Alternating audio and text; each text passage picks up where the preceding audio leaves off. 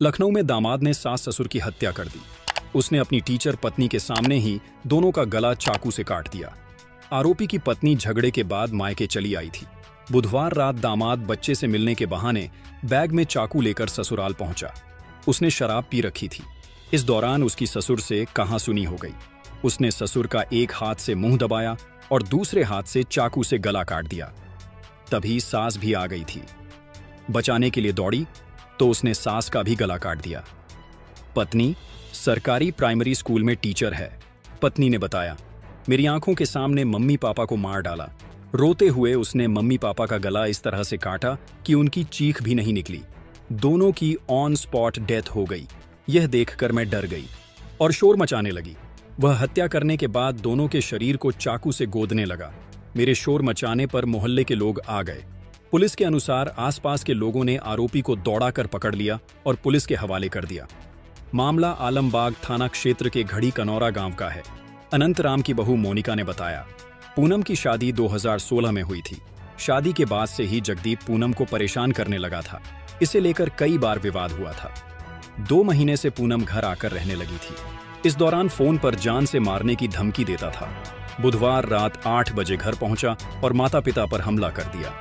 कुछ दिन पहले जगदीप ने व्यापार शुरू करने की बात कही थी और झांसे में लेकर पूनम से कुछ रुपए भी लिए थे।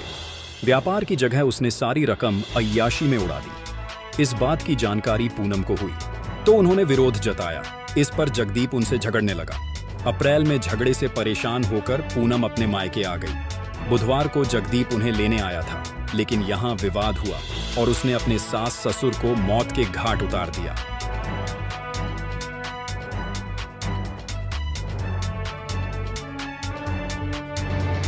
आज दिनांक 2 जुलाई की रात करीब 9 बजे थाना आलमबाग की घड़ी कनौरा चौकी पर ये सूचना प्राप्त हुई कि इस चौकी क्षेत्र के रहने वाले 2 लोग आनंदराम और आशा देवी की उनके दामाद जगदीप ने चाकू मार करके हत्या कर दी है।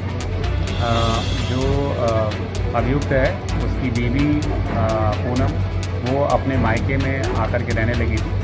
पति पत्नी के बीच कुछ जुड़ाव था, इस वजह से अप्रैल से यहाँ रह रही थी। इसी बात से क्षुब्ध होकर के आज शाम को अभियुक्त जगदीप अपने ससुराल आया और यहाँ पर जब दोनों के बीच में बात होने लगी तो बातें आगे बढ़ गई। तो उसने अपने बैग में जो अपने साथ में चूल्हा लेकर के आया था उससे अपने ससुर अनंतराम और अपनी सास आशा देवी पर चाकू से हमला कर दिया, जिससे वो दोनों घायल हो गए और जब उनको अस्पताल भेजा गया तो वहाँ उनकी मृत्यु हो गई। इस संबंध में जो मृतक हैं उनकी बेटी पूनम से तहरीर प्राप्त करके अभियुक्त पंजीकृत किया जा रहा है। अभियुक्त को पब्लिक की सहायता से पकड़ लिया गया है। आगे की कार्रवाई प्रश्न